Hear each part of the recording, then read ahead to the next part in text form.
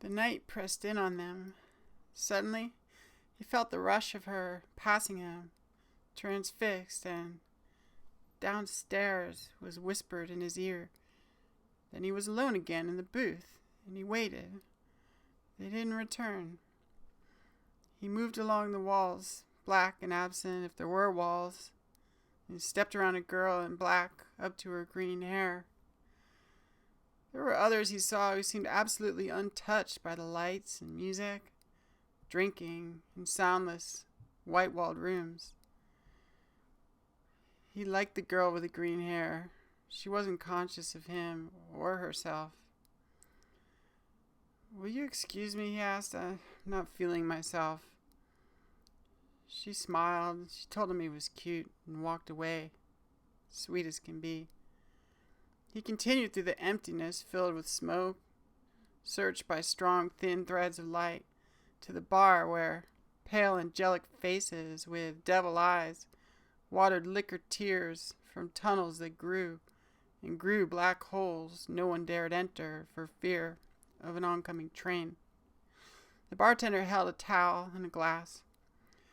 This was a somehow particularly depressing club to him. "How do I get downstairs?" "No stairs, buddy." "But there must be. My friend..." The bartender looked him carefully in the eye. "Who?" "About 5'9", streaky blonde hair." The bartender shook his head. "Well, what was she drinking?" "Drinking? Gin and tonic." "Well or call?" Bombay Sapphire. Jesus, it was an interrogation." "Follow me." He mirrored the bartender down to where the bar curved, and the man knocked on the shelf over the break in the bar and stood to the side facing him, emotionless. Raised his arm back without looking. Bombay fucking Sapphire. Understanding everything had to be so fucking mysterious in these places, so false people could get off with this false sense of power. He ducked quickly under the shelf. Down the lonely stretch of bar to his east lay something absent that the old man with his head and his folded arms on the shellacked wood knew.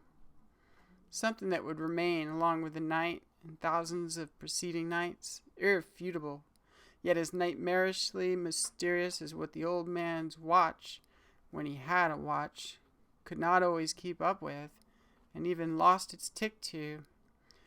Irrefutable, yet horrible and real as the broken face that stared back and swore at him in the liquor-lined mirror.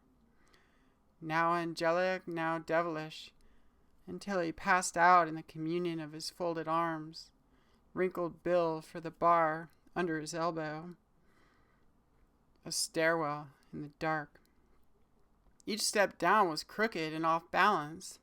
The lights turned and searched for him. The bartender above him, polishing a glass with a towel. There was a hallway at the base of the well, narrow to a door, black and charred with age, and a cold copper engraved knob that pressed into his hand, opening the door to a pot long since pissed in, and a window and a frame built when people who were smaller and didn't live so long did not jump out of windows.